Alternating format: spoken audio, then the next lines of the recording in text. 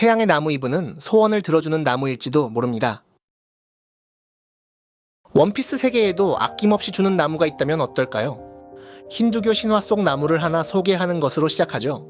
바로 우유바다 휘젓기 신화에서 등장하는 소원을 들어주는 나무 칼파브릭샤입니다.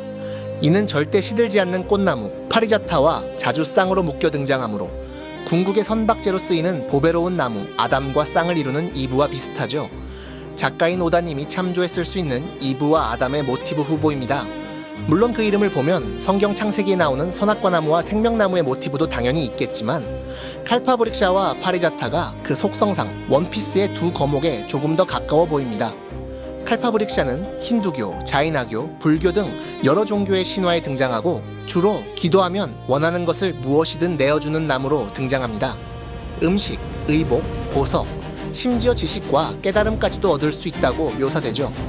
신화에 따라 하늘, 땅, 지하를 연결하는 세계수의 역할을 하기도 하며 태초엔 인류가 칼파브릭샤로부터 모든 것을 얻었지만 인간의 타락으로 인해 이 나무가 사라져 노동이 시작되었다고 보는 경우도 있습니다.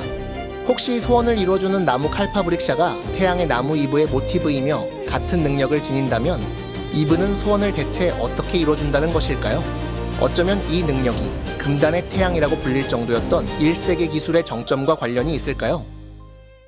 이쯤에서 저는 엘바프 낙서 속 여러 해석 시도가 있었으나 결론이 영 깔끔하지 않은 이 부분을 저만의 시각으로 다시 해석해보려 합니다. 미리 말씀드리자면 전 이것을 어떤 시스템에 관한 그림으로 봅니다. 자세히 보시면 여기 그려진 사람들은 묘하게 팔이나 얼굴의 위치 덕분에 그 향하는 방향을 알 수 있습니다. 이 방향에 따르면 위로 올라오는 사람들은 솜털이나 별 같은 걸 들고 있고 이 별이 나무 근처의 왕에게 도달하면 그 크기가 커지며 사람들은 이를 짊어지고 가서 도시로 향하는 배에 싣습니다. 그리고 그 밑엔 머리 위에 천사 링을 달고 아래로 내려가는 사람들이 보이죠. 이는 광배나 헤일로라고 불리는데 고전적으로는 성인이나 천사를 의미하지만 만화적으론 죽은 사람을 의미하기도 합니다. 그렇다면 이는 생명이나 목숨을 바치는 모습을 뜻할 수도 있죠. 대체 그럼 올라오는 사람들이 든 이 반짝이는 물건은 무엇일까요? 제 생각에 오다 선생님은 우리가 이 해석의 어려움을 겪을까봐 힌트를 하나 더 그려두었습니다. 바로 이 솜털 같은 모양들이 하늘의 달이나 행성들과도 함께 그려져 있다는 점이죠. 마치 별처럼 말입니다. 일본어에 소양이 있으신 분이라면 뭔가 알아챘을지도 모릅니다. 일본어로 별은 호시, 그리고 원하다, 갖고 싶다는 말은 호시이거든요.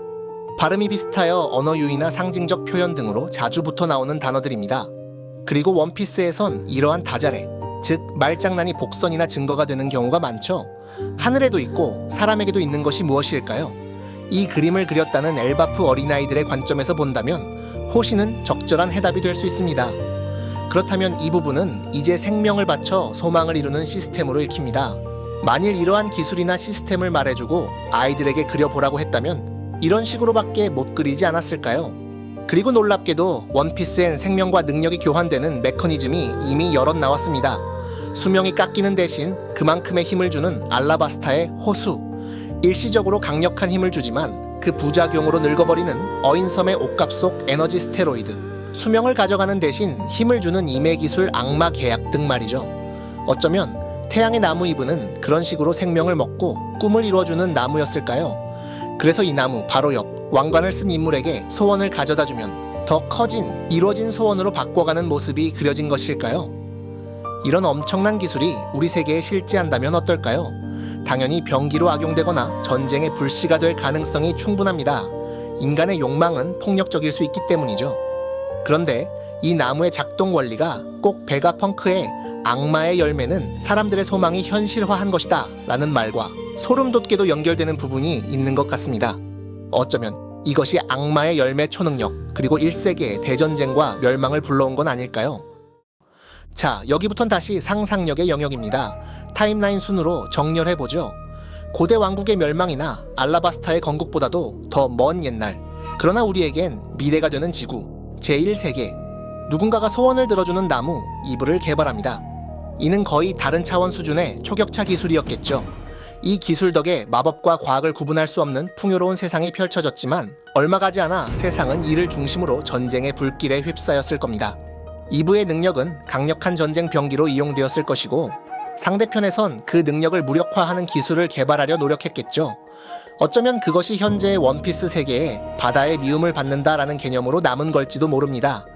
당시 이브 능력자들의 힘을 빼앗아 무력화하는 그 물질이 1세계 대전쟁 중 가스나 나노봇 등의 형태로 대기나 환경에 무분별하게 사출되었다면, 그리고 지금도 전 세계 바다나 고인 물 등에 녹아 득실거리고 있다면, 그 물질과 속성은 제3세계에서는 파이로브로인이나 바다의 힘 등으로 불리게 되었을 수 있으니까요. 이러면 현재 악마의 열매 능력자가 바다나 고인물, 해루석 등에다 힘이 빠지는 이유가 설명이 되죠.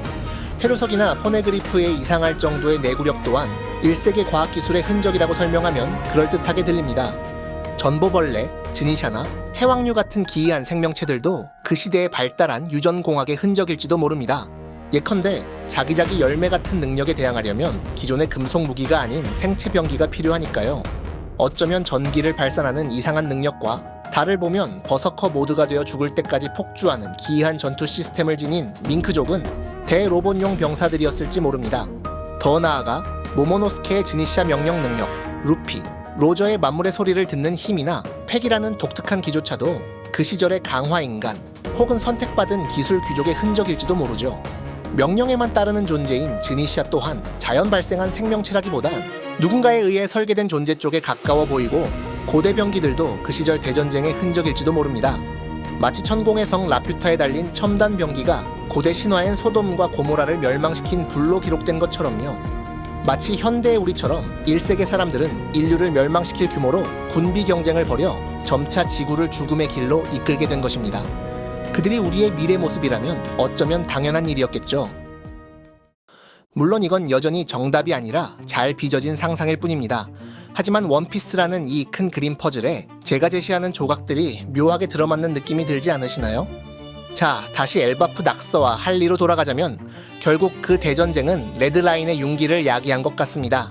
이는 할리의 땅의 신과 업화의 뱀이라는 구절, 그리고 낙서에 그려진 이 거대한 뱀을 통해 어렴풋이 알 수 있는데요. 이는 북유럽 신화 속 세계를 감싸고 있는 뱀 요르문간들을 떠올리게 하며, 이를 원피스 행성을 한 바퀴 두르고 있는 붉은 대륙 레드라인과 연결한다면 그 이미지는 거인족 도리와 부로기가 뚫을 수 없다고 언급한 피에 물든 뱀에서 합쳐집니다. 그 기묘한 대륙이 신화에선 뱀으로 묘사된 거죠. 이 레드라인이 생겨난 이유엔 여러 가지 가능성이 있겠습니다. 어떤 한 인간의 실수였거나, 누군가가 의도적으로 벽을 세워 인류를 갈라놓으려 했거나, 혹은 이불을 파괴하려는 시도가 조금 도를 지나쳤는지도 모르죠. 어쨌든 레드라인 규모의 지각융기나 분화가 일어났다면 이는 행성 멸망 수준의 재앙이었을 겁니다.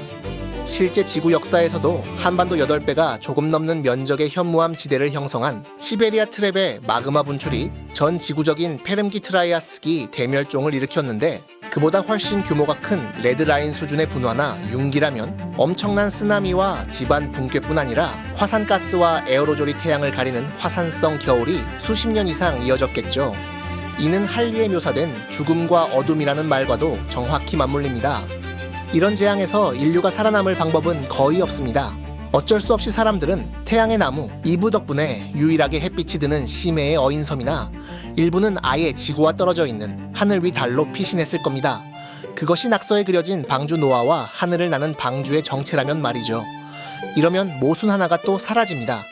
많은 사람들이 노아를 어인들이 타고 태양 아래로 나갈 구조선이라고 예측하죠. 하지만 낙서에 따르면 노아 옆엔 어인들만 그려져 있지 않습니다. 도리어 실제 성경 속 노아의 방주처럼 다양한 동물과 사람들이 짝지어서 타는 듯한 모습이죠.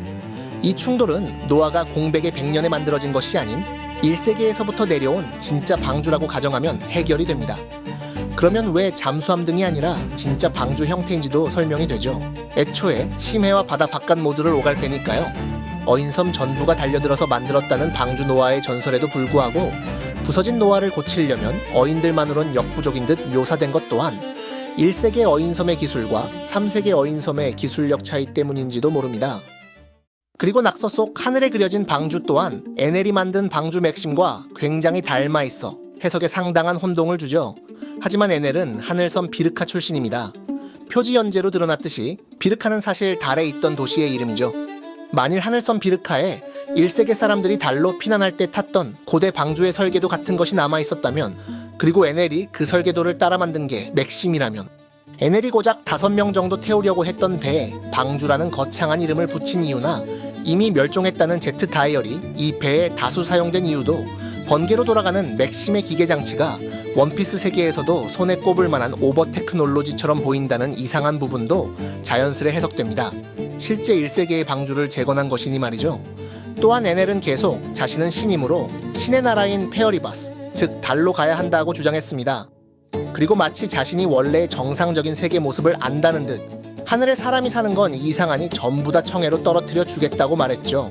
만일 그가 달에 살던 비르카 조상들의 1세계 피난 전설을 들었다면 현재 원피스 세계와 조금 다른 에넬의 세계관 또한 이해가 가게 됩니다. 애초에 원피스 세계의 하늘섬이란 개념조차 바다의 파이로브로인 성분이 응결핵이 되어 밟을 수 있는 단단한 구름을 만든 것입니다.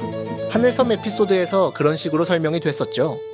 그런데 섬을 이룰 정도로 대량의 바다 성분이 하늘로 올라갈 이유가 뭐가 있을까요? 루피 해적단이 타고 하늘섬까지 갔던 녹업 스트림? 그런 단발적이고 국지적이며 우발적인 요인만으로 충분할까요? 어쩌면 1세계 멸망 당시 레드라인의 분출로 인해 대량의 파이로브로인이 에어로졸 형태로 하늘에 분사되었던 것은 아닐까요? 다시 돌아가서 아까 말했듯 1세계 멸망 당시 이어진 화산성 겨울, 죽음과 어둠 때문에 사람들은 어인섬이나 달 식민지 등의 좁은 공간에 피신하여 살았습니다. 그 기간은 수십 혹은 수백 년이 될 수도 있죠. 이러면 원피스 세계의 문제가 또 하나 해결됩니다. 바로 언어 문제죠. 물론 만화나 영화 등에서 외계인이나 외국인과 바로 말이 통하는 것은 만화니까, 영화니까로 넘어가는 경우가 대다수입니다. 하지만 현실 세계에선 오랜 시간 분절된 인간들끼리 말이 통한다는 것은 어려운 일입니다. 하지만 루피 해적단은 어딜 가도 누구와도 무리 없이 소통합니다. 만일 그것이 수천 년 전 세계가 멸망하면서 달과 어인섬 등 매우 좁고 협소한 장소들에 온 세상 사람들이 대피하여 오랜 기간 부대끼고 살아 언어가 통합된 흔적이라면 어떨까요? 게다가 원피스 세계는 항해가 어렵다는 점을 제외하면 지금도 세계 정부나 해군 등의 단일 조직이 전체적인 질서를 관리하며 전 세계 왕들이 일정 기간마다 모여 회의까지 여는 사실상의 통일 사회입니다. 또한 해수면 상승으로 군도형 행성이 된 것조차 고작 800에서 900년 전이니 사투리 정도의 변화를 제외하면 말이 유지될 가능성이 충분하죠. 자, 그럼 이야기가 나온 김에 그 800에서 900년 전엔 대체 무슨 일이 있었다는 걸까요? 제2세계와 공백의 100년, 그리고 루나리아족의 역사까지. 당연하게도 제 가설엔 그 자리 또한 빠짐없이 마련되어 있습니다. 그 설명은 다음 영상에서 하겠습니다.